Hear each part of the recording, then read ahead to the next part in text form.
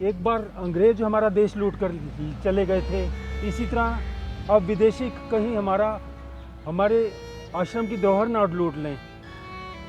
ओशो आश्रम आजकल एक सुर्खियों में है। मान ट्रस्टियों ने ऐसा कहा कि ये तो च्वांगतुजू ऑडिटोरियम है, ये समाधि नहीं है। उसका खेल साफ है कि वो इस जगह को बेचना चाहते हैं। 3 फॉरेनर है जो पूरे आश्रम को खत्म करना चाहते हैं। ऐसे आश्रम के वो ट्रस्टी अपनी प्राइवेट कंपनियों में ले जा चुके हैं। उसकी मार्केट वैल्यू है 1800 करोड़ रुपए। वो सब ओशो की सिग्नेचर को उन लोगों ने उनके पेज फाड़ दिए और इंडिया के बाहर ले जाया गया। इनर सर्कल मेंबर्सों ने ओशो का एक नकली फर्जी विल भी बनवाया। उनको कभी भी रसीदें नहीं दी गई। तो पूरी कैश इनकम ओशो आश्रम, ओशो संपत्ति ओशो सन्यासियों के लिए है, ओशो प्रेमियों के लिए है, और जो आने वाली जनरेशन है उसके लिए हमें विरासत को बचा के रखना। जो भी व्यक्ति जहाँ भी बैठा है वो इसमें योगदान दे सकता है। कैसे?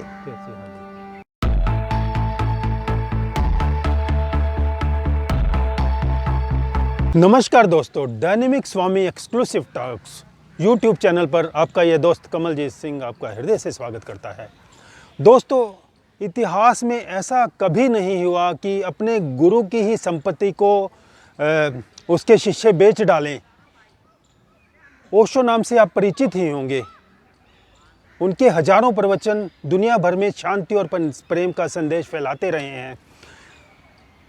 650 पुस्तकों में इनके प्रवचन पूरी दुनिया में किताबों के रूप में भी पढ़े जाते हैं। तो दोस्तों, आज उसी आश्रम की जालसाजियों के बारे में बताते हैं। ओशो ने 21 आदमियों का ट्रस्ट यहाँ पर बनाया था, परंतु धीरे धीरे कुछ शातिर लोगों ने, मैनेजमेंट के 2-3 लोगों ने पूरा आश्रम अपने कब्जे में कर लिया। ये तीनों लोग आश्रम में जालसाजी कर रहे हैं और ये आश्रम को प्राइवेट कंपनी की तरह ऑपरेट कर रहे हैं। यहाँ पर हर आने वाले भारतीय को डिस्करेज किया जाता है और यहाँ पे इतने अधिक चार्जेस लगा रखे हैं कि आदमी आसानी से आ ही ना सके। एक बार यानी एक आदमी पहले दिन जा रहा है तो 2-4 हज़ार उसकी जेब से निकलने ही वाले हैं। आम आदमी के लिए वहाँ जाना लगभग इम्पॉसिबल हो गया है। ओशो के शिष्य तड़पते हैं वहाँ जाने के लिए। और आज हम जिस विषय को लेकर आ रहे हैं, वहाँ की संपत्ति बेचने का षड्यंत्र चल रहा है। बहुत ही दुर्भाग्यपूर्ण है कि वहाँ की संपत्ति जो कि करोड़ों में है, उसका कुछ हिस्सा बेचने के लिए यहाँ की मैनेजमेंट के कुछ लोग, जो कि 3 ही हैं, इनके बारे में हम आपसे बातचीत करवाएंगे स्वामी योगेश ठक्कर जी से, जिनका संन्यास या आध्यात्मिक नाम है स्वामी प्रेमगीत। तो आज हम आपसे इन्हें मिलवाने जा रहे हैं। वो शुरू से ही इसके खिलाफ पेटिशन डाल रहे हैं, जो भी षड्यंत्र ओशो आश्रम में हो रहा है। तो स्वामी प्रेमगीत जी, आपका हमारे चैनल पे आपका स्वागत है। धन्यवाद सर। स्वामी जी, ये बताएं, ये आश्रम में क्या षड्यंत्र चल रहा है, इसके पीछे कौन लोग हैं और ये कैसे शुरुआत हुई और आपको कैसे पता लगा कि वहाँ पे इतना धांधली चल रही है, एक स्कैम चल रहा है, उसके बारे में आप प्लीज़ बताएं। मित्रों प्रणाम, मेरा नाम स्वामी योगेश है, स्वामी प्रेमगीत। जैसा कि स्वामी जी ने बताया, कमलजीत ने बताया कि ओशो आश्रम आजकल एक सुर्खियों में है। वहाँ क्या हो रहा है और क्यों हो रहा है, उस संदर्भ में मैं आपको कुछ जानकारी दूंगा। सबसे पहली बात तो ये है कि ओशो आश्रम 1974 में बनाया गया। 1974 से 1990 तक ओशो अपने जीवन का बहुत बड़ा हिस्सा ओशो आश्रम में रहे। उस वक्त ये श्री रजनीश आश्रम के नाम से जाना जाता था। और ओशो की समाधि भी पुणे में ओशो आश्रम में बनाई गई।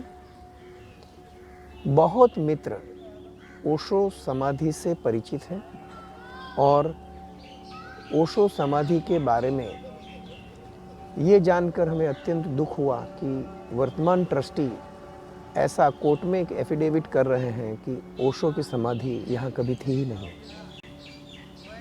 तो जब हमने ये वक्तव्य सुना माँ अमृत साधना के मुंह से कि ओशो समाधि यहाँ नहीं है और ओशो समाधि कहना एक गलती थी, और जब हमने ये देखा कि कोर्ट में वर्तमान ट्रस्टियों ने एक एफिडेविट फाइल की है जिसमें लिखा है कि ओशो की समाधि यहाँ कभी बनाई ही नहीं गई थी। तो ये स्टेटमेंट जब 2005 में हमारे सामने आया तब हमें एक सरप्राइज़ हुआ कि ये लोग ऐसी बात क्यों कर रहे हैं। और वहाँ से हमारी एक यात्रा शुरू हुई कि हमने जानने की कोशिश की कि ऐसा ट्रस्टियों ने क्यों कहा। उसका एक सीधा कारण ये है कि आप समाधि को कभी बेच नहीं सकते, ऑडिटोरियम को आप बेच सकते हो। तो जब वर्तमान ट्रस्टियों ने ऐसा कहा कि ये तो च्वांगतुजू ऑडिटोरियम है, ये समाधि नहीं है, उसका खेल साफ है कि वो इस जगह को बेचना चाहते हैं। फिर हमने जब 2011 में एक इंक्वायरी के दौरान पता चला कि ओशो आश्रम के ट्रस्टियों ने कुछ प्राइवेट लिमिटेड कंपनियां भी खोल रखी है स्वामी जी, जिसके अंदर वो ट्रस्टी डायरेक्टर हैं और ओशो आश्रम की कुछ संपत्ति और कुछ पैसे वो अपनी प्राइवेट कंपनियों में ट्रांसफ़र कर रहे हैं। तो एक तरफ से ट्रस्ट की संपत्ति और ट्रस्ट के पैसे और ट्रस्ट की जो डेली इनकम है वो कम होती गई और उनकी कंपनियों की इनकम बढ़ती गई। अब जैसे कि ओशो आश्रम में ओशो धर्मशाला बनी हुई है। हाँ जी। तो जब कोई व्यक्ति ओशो धर्मशाला में रहता है और पैसे देता है तो कैश पैसों में भी जो उनको रसीद मिलती है वो ओशो गेस्ट हाउस के नाम की मिलती है। और उसके अंदर अगर आप उनके विवरण पढ़ेंगे, उनका सर्विस टैक्स नंबर कहो या उसका जीएसटी नंबर कहो, या अगर आपने पैसे क्रेडिट कार्ड से या डेबिट कार्ड से दिए हैं तो वही नंबर वहाँ रिफ्लेक्ट होता है। वो कंपनी का नाम है Osho multimedia and resorts private limited. तो ये प्राइवेट लिमिटेड कंपनी ट्रस्टियों की है जिसमें ये पूरे पैसे जो ट्रस्ट में जाने चाहिए वो ट्रस्टियों के पास जाते हैं। इसी तरह से ट्रस्ट के अकाउंट से पैसे प्राइवेट लिमिटेड कंपनियों में ले जाए गए, उनके पैसों से बॉम्बे में बड़ी बड़ी प्रॉपर्टियां खरीदी गई, वो ट्रस्टी अपने नाम के ऊपर उसको एंजॉय कर रहे हैं। मैं आपको जो भी बोल रहा हूँ उसका हमारे पास लीगल प्रूफ है। और नौबत वहाँ तक आ गई कि ओशो आश्रम ट्रस्ट की 18 करोड़ से ज़्यादा की फिक्स डिपॉजिट बैंक में इतनी कम हो गई कि 2020 में वर्तमान ट्रस्टियों ने चैरिटी कमिश्नर ऑफिस में एप्लीकेशन की कि भाई कोरोना में 6 महीना आश्रम बंद था इसलिए हमें नुकसान हुआ है। और ये 3 करोड़ के नुकसान के सामने हमें 107 करोड़ की आश्रम की प्रॉपर्टी जो ओशो समाधि को लग के है वो बेचनी है। और उसके एप्लीकेशन के पहले ही 50 करोड़ रुपए भी एडवांस के तौर के ऊपर ले लिए गए। और वो प्रॉपर्टी खरीदना चाहता है श्री राजीव नयन राहुल कुमार बजाज, और उसको सहयोग करने में है एक बहुत बड़े बिल्डर पूना और बॉम्बे के श्री अतुल चोरड़िया, जिसकी कंपनी का नाम है pansilrealties.com। स्वामी जी, आपको कैसे पता लगा ये षड्यंत्र अंदर चल रहा है, प्रॉपर्टी बिकने जा रही है, ये आपके को कैसे पता लगा? स्वामी जी ऐसा है, 2012 से जब हमने ये केस फाइल किया तो आरटीआई के अंदर हमने गवर्नमेंट ऑफिसेस में अप्लाई किया। हाँ जी। और जब हमारे पास ये जब डॉक्यूमेंट आए तब हमें पता चला कि जब कोरोना नहीं था तब भी 2012 से 2020 के बीच में आश्रम की 3 प्रॉपर्टी को एलिनेट करने की कोशिश की, जो हम बॉम्बे हाई कोर्ट में जाके ऑर्डर लेके आए और उसको रुकवाया गया। और जब हमने मुहिम चालू की, जब हमने देखा कि कुछ गलत हो रहा है, फिर हमने और इंक्वायरी की तो हमें पता चला कि आज तक में जितनी प्रॉपर्टीज़ और जितने पैसे आश्रम के वो ट्रस्टी अपनी प्राइवेट कंपनियों में ले जा चुके हैं उसकी मार्केट वैल्यू है 1800 करोड़ रुपये। जी हाँ, 1800 करोड़ रुपये। और उसका पूरा लेखा जोखा हमारे पास है। और जब हम कोई भी कंप्लेन फाइल करते हैं तो जो स्टैट्यूटरी प्रोसेस है, जो कायदे की कार्यवाही है, उसमें टाइम लगता है। ये 10 साल में हम इतना ही कर पाए कि उनको आश्रम बेचने से हमने रोका हुआ है। ठीक है। और अभी वो लोग मजबूर हुए हैं कि आज तक कभी किसी को उन लोगों ने कैश पेमेंट की रसीद नहीं दी। जब आप आश्रम में एंट्री का स्टिकर, एंट्री पास बनवाते हैं जो कि 980 रुपया पर डे भारतीय मित्रों के लिए है और 1980 रुपया पर डे विदेशी मित्रों के लिए है। तो जब भी हम पैसे देते थे कोई भी सेवा के लिए जिसमें एंट्री फी हो या ग्रुप थेरापीज हो, मिस्टिक रोज करते हैं, नो माइंड करते हैं, जहाँ पे भी हम कोई भी प्रोग्राम करते हैं उनको कभी भी रसीदें नहीं दी गई। तो पूरी कैश इनकम वो अपने पास जमा कर लेते हैं, फिर उसका जो भी हवाला करना है, जो भी करना है, वो अनअकाउंटेड है। कोई इसका मतलब कोई वो इनके पास वो नहीं है, कोई हिसाब रिकॉर्ड नहीं है। कोई रिकॉर्ड नहीं है। अब ये तो हुई आश्रम की प्रॉपर्टीज के बारे में बात। अभी सबसे बड़ी जो विरासत है ओशो की, वो है ओशो के प्रवचन, ओशो की पुस्तक, हाँ जी, हाँ जी। और ओशो ने जो उपदेश दिया है मनुष्य जाति को, वो हम बात करते हैं, जिसको इंटेलेक्चुअल प्रॉपर्टी राइट्स कहते हैं, हाँ जी, जिनको ऐसा बौद्धिक संपदा हम कह सकते हैं। हाँ जी। तो ओशो ने जो संदेश दिया है वो तो पूरी मनुष्य जाति के लिए दिया। बिल्कुल बिल्कुल सभी के लिए है। हाँ, और जब ओशो ने कहा कि भाई मेरे शब्दों को कॉपीराइट करना है 1981 में, तो उसके पीछे एक आशय ये था हाँ जी, हाँ जी। कि मेरे शब्दों के अंदर कोई छेड़छाड़ ना करे। हाँ, ओरिजिनल पेश किए जाएं सभी। हाँ, पूरी तरह ओरिजिनल हो। और वहाँ तक कि ओशो ने कहा हुआ है कि मेरे शब्दों को जैसे हैं वैसे रखना है, अगर बोलने में गलती हुई है तो गलती भी रखो, गलती भी वैसे ही होनी चाहिए, मौलिकता पूरी तरह बरकरार रहनी बरकरार चाहिए, उनका रहे। ये आदेश है ऐसा। हाँ, और मुझे याद है कि सरमन्स इन स्टोन जो प्रवचन की एक श्रृंखला चल रही थी मुंबई में, सरमन्स इन स्टोन्स, तो उसमें एक प्रश्न पूछा गया था कि एज ए डिसाइपल्स हमारी क्या जवाबदारी है, क्योंकि सन्यासी तो अनुग्रह से भरे हैं गुरु के लिए, प्रेम से भरे हुए हैं, तो बिल्कुल श्रद्धा हम प्रेम आपके से। लिए क्या कर सकते हैं। हाँ, हाँ, तो जब भी ऐसा ओशो को प्रश्न पूछा गया तो ओशो ने हमेशा इसी तरह से जवाब दिया कि आपकी जवाबदारी इतनी है कि आप आपके भीतर का दिया जला लो और आप भी ध्यान में उतर जाओ, समाधि में उतर जाओ। हमेशा ओशो ये कहते हैं। पर उस दिन ओशो ने सन्यासियों को एक जवाबदारी और बताई। ओशो ने कहा था कि एज ए डिसाइपल आपकी ये जवाबदारी है कि मेरे शब्द जैसे हैं वैसे ही रखे जाएं। ओशो ने वहां तक कहा था कि even if there is a mistake, let it be a mistake, my words and my speech and my talk should be 100% as it is, should not be edited. और उसके लिए ओशो ने एक शब्द यूज किया था, हमें याद है, वो बुक में भी लिखा है कि it should be a 24 carat gold. Okay, वहाँ कोई चेंज नहीं होना चाहिए, ऐसा ओशो ने कहा था। और जो ओशो ने एक डिक्लेरेशन दिया था कि भाई मेरी जितनी भी बौद्धिक संपदा है, इंटेलेक्चुअल प्रॉपर्टी राइट है, मैं रजनीश फाउंडेशन ट्रस्ट को देता हूँ, ठीक है, जिनका आज नाम बदल के न्यू सन्यास फाउंडेशन कर दिया गया, पर वो वही ट्रस्ट है, रजनीश फाउंडेशन। तो ओशो ने जब रजनीश फाउंडेशन को एक डिक्लेरेशन दिया तो उसमें क्लियरली लिखा हुआ है कि मेरी हर किताब के ऊपर मेरी एक तस्वीर होनी चाहिए। हाँ जी, बिल्कुल। दूसरा उसमें ये लिखा हुआ है कि मेरी किताब के अब्रिजमेंट्स नहीं होने चाहिए। ऐसा नहीं होना चाहिए कि कोई प्रवचन किसी भी किताब से ले लिया इधर उधर से और उसकी एक अलग से बुक बना, कंपाइलेशन बना दी, जैसे अलग अलग कंपाइलेशन और एब्रिजमेंट नहीं होना चाहिए। अच्छा, बिल्कुल मेरे उन्होंने ऐसा मना किया। हाँ, मेरी जो बुक आ रही है वो वैसी की वैसी ही आनी चाहिए मेरे प्रवचनों के हिसाब से। आपने कोई एक प्रवचन का पैराग्राफ किसी और बुक से ले लिया, एक दूसरे प्रवचन में उसके साथ उसको जोड़ दिया और तोड़ मरोड़ कर दी, ऐसा नहीं करना है। वो ओशो के डिक्लेरेशन में कंडीशन दिया था। अब स्वामी जी, ये जो रजनीश फाउंडेशन की प्रॉपर्टी है वो इंडिया के बाहर इल्लीगल ले जाई गई अमेरिका में, और अभी वो स्विट्जरलैंड में स्थित है, ज्यूरिक में।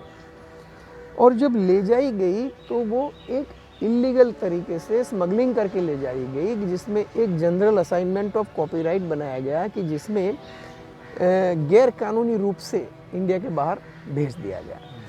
गैर कानूनी रूप से इसलिए कि उसमें सिर्फ एक ट्रस्टी की साइन है, बाकी के 6 ट्रस्टियों की साइन नहीं है। उस वक्त चैरिटी कमिश्नर की परमिशन लेनी चाहिए थी, कोई भी प्रॉपर्टी इंडिया के बाहर जाती है तो वो भी नहीं ली गई। तीसरी बात, उस वक्त जो foreign exchange rules and regulation act था, उसके तहत फॉरेन एक्सचेंज डिपार्टमेंट की परमिशन ले जानी चाहिए थी, वो भी नहीं ले जाई गई। और जनरल असाइनमेंट ऑफ कॉपीराइट के अंदर कोई अमाउंट भी नहीं लिखी गई कि मैंने आपको अगर असाइनमेंट किया तो उसके सामने ट्रस्ट को क्या मिलेगा, कुछ नहीं, ज़ीरो, इसका कोई रिकॉर्ड नहीं, कोई नहीं। अब स्वामी जी सिचुएशन ये आके खड़ी हुई है कि ये जो इंटेलेक्चुअल प्रॉपर्टी राइट पहले अमेरिका ले जाया गया, फिर स्विट्जरलैंड में अभी स्थित है। उसकी इनकम भी ट्रस्ट के अंदर नहीं जा रही है, उसकी इनकम भी ट्रस्टियों की और इनर सर्कल मेंबर्स की प्राइवेट कंपनियों में हांगकांग, अमेरिका और आयरलैंड में जा रही है। बड़ा दुर्भाग्यपूर्ण बात है स्वामी जी। ओशो के लाखों शिष्य हैं पूरे भारत और विश्व में, और पढ़ने वाले तो करोड़ों अरबों लोग ओशो को पढ़ते हैं, फिर भी को इसके खिलाफ आवाज़ इतनी कम क्यों है? ये कैसे बढ़ाई जाए कि एक संगठन की अधिक से अधिक लोग आपके इस पेटिशन का समर्थन कर पाएं? ओशो प्रॉपर्टी को बेचने से हम लोग किस तरह रोक सकते हैं? हमारे दर्शकों को ये बताएं कि अधिक से अधिक लोग। हाँ जी, अभी सबसे पहली बात तो ये है स्वामी जी कि ये जब हमने कोर्ट के अंदर कहा भारत में, जो कि केस अभी भी पेंडिंग है, चल रहे हैं, बंद नहीं हुए हैं, अभी एक गलत अफवाह फैलाई जा रही है OIF की तरफ से और मैनेजमेंट टीम की तरफ से, आश्रम की तरफ से, कि सब केस हम जीत चुके हैं और से सब केस ख़त्म हो गए। सरासर झूठ है।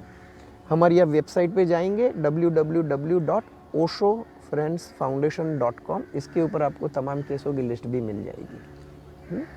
और अगर किसी भी व्यक्ति को कोई भी किसी भी चीज़ के बारे में जानना हो तो आप हमें ईमेल भी कर सकते हैं oshofriendspune@gmail.com।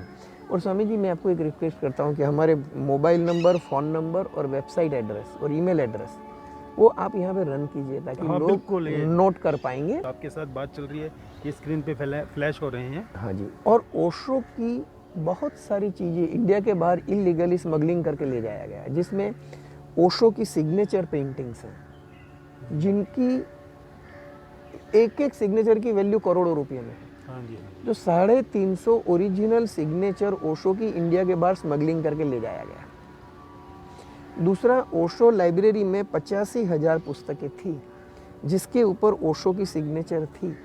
वो सब ओशो की सिग्नेचर को उन लोगों ने उनके पेज फाड़ दिए और इंडिया के बाहर ले जाया गया। जब हमने बहुत बताया तो कुछ किताबें ऐसी वापस आई कि जो ऑलरेडी मार्केट में अवेलेबल है, पर जो ओशो ने पढ़ी थी, जिनके कुछ पेज के ऊपर ओशो के नोट्स हैं, मार्क्स हैं, ओशो की सिग्नेचर्स हैं, वो अभी भी नहीं आई। कई मित्र हमें कहते हैं कि लाइब्रेरी में बुक्स तो रखी है, पर वो ओशो की बुक्स रखी गई है और कुछ ऐसे ऑथर्स की बुक रखी गई है कि जो कॉमनली अवेलेबल है, पर वो सब बुक्स 85,000 कैटलॉग भी जो बुक्स थी वो कहाँ है? जो एंटिक बुक्स ओशो जो पढ़ा करते थे उनकी आप बात कर रहे हैं? हाँ, मैं उनकी बात कर रहा हूँ। तो लोगों को गलत इन्फॉर्मेशन दी जा रही थी वर्तमान ट्रस्टियों की तरफ से। अगर ट्रस्टी आश्रम के पैसे और आश्रम की प्रॉपर्टी उनकी प्राइवेट कंपनियों में ले जा रहे हैं तो डेफिनेटली ट्रस्ट का तो हाल फाइनेंशियली ख़राब हो जाएगा। और एक तरफ से ट्रस्ट को लूटा गया, दिन दहाड़े लूटा गया, और दूसरी तरफ से चैरिटी कमिश्नर को एप्लीकेशन की गई कि हमें ट्रस्ट की प्रॉपर्टी को गिफ्ट कर देना है क्योंकि हमारे पास मेंटेनेंस के पैसे नहीं हैं। दूसरी तरफ से कहते हैं कि हमारे पास कोरोना में 6 महीने कोई आया नहीं, तो 6 महीने में हमारा 3 करोड़ 65 लाख रुपए का खर्चा हुआ है, तो हमें आश्रम की प्रॉपर्टी 107 करोड़ में श्री राजीव बजाज को बेच देनी है। अब ये पूरा षड्यंत्र है कि ओशो की प्रॉपर्टीज़, ओशो की समाधि, ओशो की जो बौद्धिक संपदा है उसको ख़त्म कर दिया जाए। ओशो सिर्फ एक ऑथर के नाम से जाने जाएं और ओशो की बुक के ऊपर फोटो भी ना हो। ऐसा षड्यंत्र वो कर रहे हैं। ऐसा वो षड्यंत्र कर रहे हैं। तो स्वामी जी, आप कैसे ये रुक सकते हैं? बिल्कुल रुक, क्या कम्यून का घेराव किया जाए या किस तरह कानूनी लड़ाई लड़ी जाए ताकि हम जीत पाएँ, ताकि ये उनकी कालाबाजारी रुक पाए? इसके लिए हम आप बताएं कि किस तरह हम लोग कैसे। हाँ, देखिए, सबसे पहली बात तो ये है कि प्रत्येक सन्यासी को ये पता होना चाहिए कि ओशो आश्रम, ओशो कम्यून इंटरनेशनल जो पूना में है, वह एक पब्लिक चैरिटेबल ट्रस्ट है।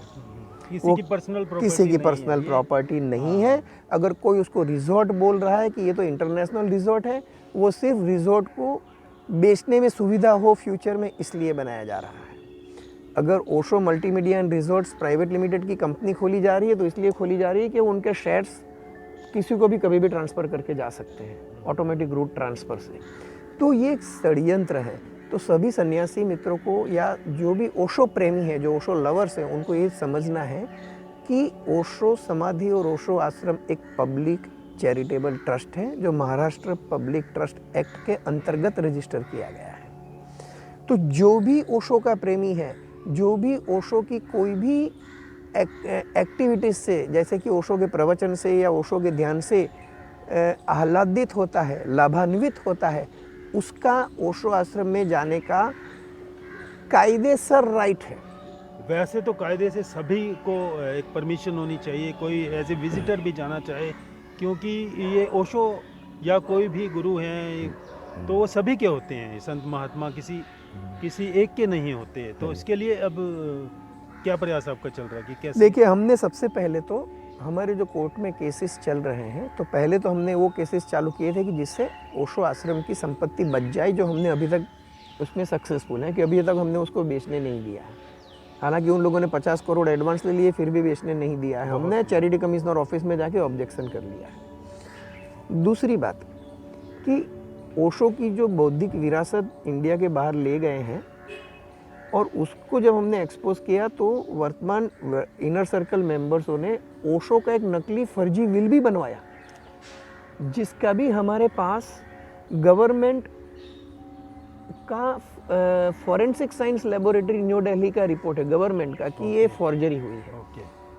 अब ट्रस्टी लोग और फॉरेनर लोगों के पास जब बहुत पैसे व्यय करने को हैं, तो बड़े बड़े वकीलों को रख के और बहुत सारी पॉलिटिकल इन्फ्लुएंस को इकट्ठा करके, बड़े बड़े पॉलिटिकल बिल्डरों को इकट्ठा करके ये केस को प्रोलॉन्ग करने की कोशिश कर रहे हैं।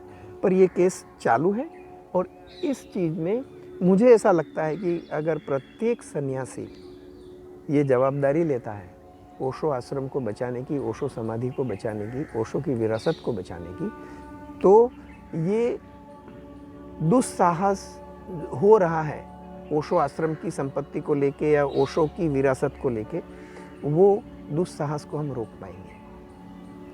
आप कैसे रोक पाएंगे? अभी जैसा कि आपने बोला कि घेराव करना, ये सब चीज़ें, ये हमारा ढंग नहीं है। हमारा ढंग है आनंद का, उत्सव का, ध्यान का। ओशो की एक पुस्तक है, उसका नाम बहुत सुंदर है। ओशो ने बोला कि आपके सन्यासी की क्या पहचान होनी चाहिए? तो ओशो ने कहा, मेरे सन्यासी की पहचान है उत्सव अमार जाति, आनंद अमार गोत्र। तो हम उसी आनंद, उत्सव और ध्यान को लेकर के चलेंगे। हमें किसी भी व्यक्ति के साथ कुछ भी व्यक्तिगत दोषारोपण नहीं है। हम कहते हैं कि ओशो आश्रम, ओशो संपत्ति ओशो सन्यासियों के लिए है, ओशो प्रेमियों के लिए है, और जो आने वाली जनरेशन है उसके लिए हमें विरासत को बचा के रखना। अब जैसे मान लो हमें पता लगे, हम प्यार मोहब्बत से हम केस लड़ रहे हैं, कि हमें पता लगे कि वो चुपके से बिक गया है, तो हम फिर हमारा क्या नेक्स्ट कदम होगा? देखो, सबसे पहली बात तो बिक गया नहीं है, ठीक है, बराबर है, उसको अभी तक हमने संभाल के रखा है। दूसरी बात, बाई चांस ओशो की if we come to know that it has been sold, तो हम क्या, उसके लिए हम क्या कर सकते हैं? नहीं, भाई मैं आपको बता रहा हूँ, जो बेचने का प्रयास किया जा रहा है उसको हम रोक सकते हैं। ठीक है। दूसरी, जो चीज़ ऑलरेडी इंडिया के बाहर इलीगल ले जा चुके हैं, उस चीज़ को हम इंडिया में कैसे फिर से क्लेम करना है, वो चीज़ कैसे वापस आ जाए, हमको उसकी बात करनी है। ठीक है, तो उसके लिए हम लोगों ने क्या किया है कि सबसे पहले तो जो भी व्यक्ति जहाँ भी बैठा है वो इसमें योगदान दे सकता है। कैसे? कि आपकी पेन में बहुत ताकत है। ओशो आश्रम न बेचने का और ओशो आश्रम में एक गवर्नमेंट का एडमिनिस्ट्रेटर बिठा देने का राइट चैरिटी कमिश्नर का है और मुख्यमंत्री का है। इसमें जो भी पॉलिटिकल पार्टी है, जो भी देश के चुने गए नेता हैं, जो अपने पोर्टफोलियो संभालते हैं, उसके अंदर आपको आपका ऑब्जेक्शंस और सजेशंस दर्ज करना है। तो आप आपकी स्वेच्छा से ओशो आश्रम बचाने के लिए एक लेटर लिख सकते हैं। किसको?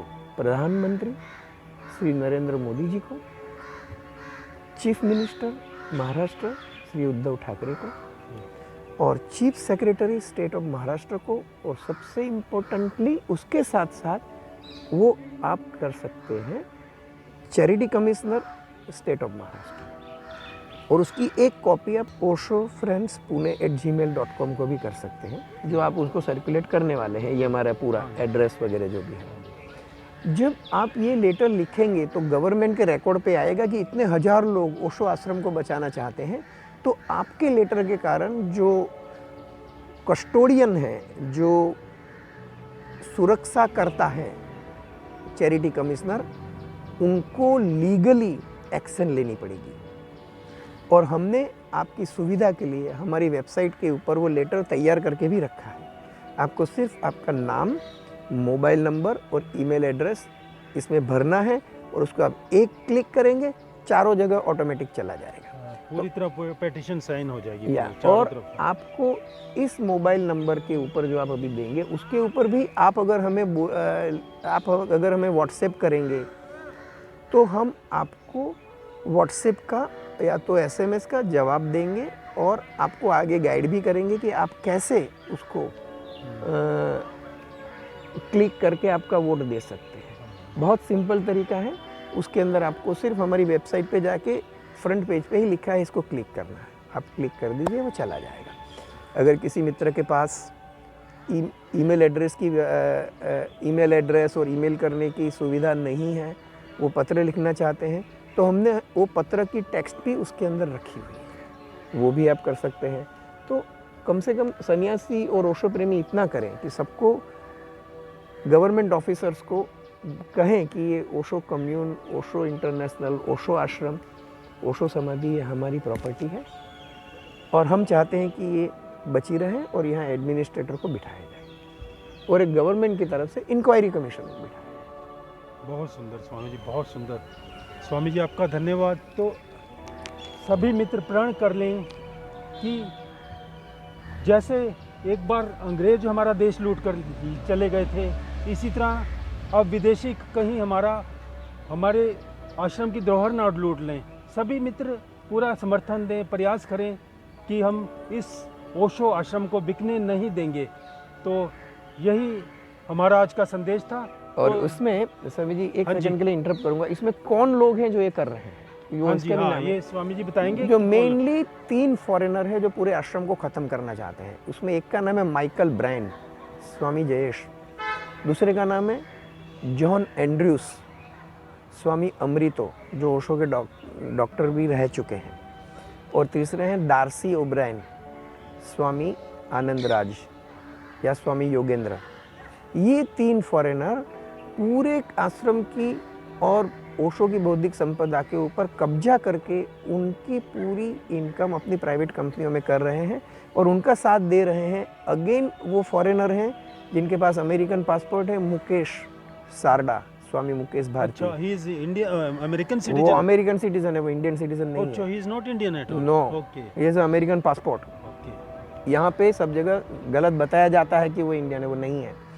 और दूसरे जो ट्रस्टीज़ हैं अभी, जिसमें माँ अमृत साधना, स्वामी देवेंद्र, माँ विद्या, स्वामी योग प्रताप, ओके। जो जितने भी ट्रस्टी हैं वो चुपचाप साइन करते जा रहे हैं। जहाँ पे भी ये फॉरेनर कहेंगे वहाँ पे शायद उनको पता भी ना हो कि वो कहाँ साइन कर रहे हैं। तो इन लोगों को भी हमें लिखना है आश्रम में कि आप भी ओशो के सन्यासी हैं, हम भी ओशो के सन्यासी हैं, आप ऐसा ना करें। निश्चित ही आपका कार्य बहुत ही सराहनीय है। दोस्तों, अवश्य ही पेटिशन साइन करें। आपको ईमेल एड्रेस तो दिखाई दे ही रहा होगा स्क्रीन पर, और फ़ोन नंबर भी हम शेयर कर रहे हैं। तो मित्रों, ये ज़रूर समर्थन करें स्वामी जी का। और आपने हमारा ये पूरा वीडियो देखा, इसके लिए आपका बहुत बहुत धन्यवाद। मिलते हैं जल्दी ही किसी अन्य वीडियो के माध्यम से। तब तक आपका ये दोस्त कमलजीत सिंह आपसे विदा चाहता है।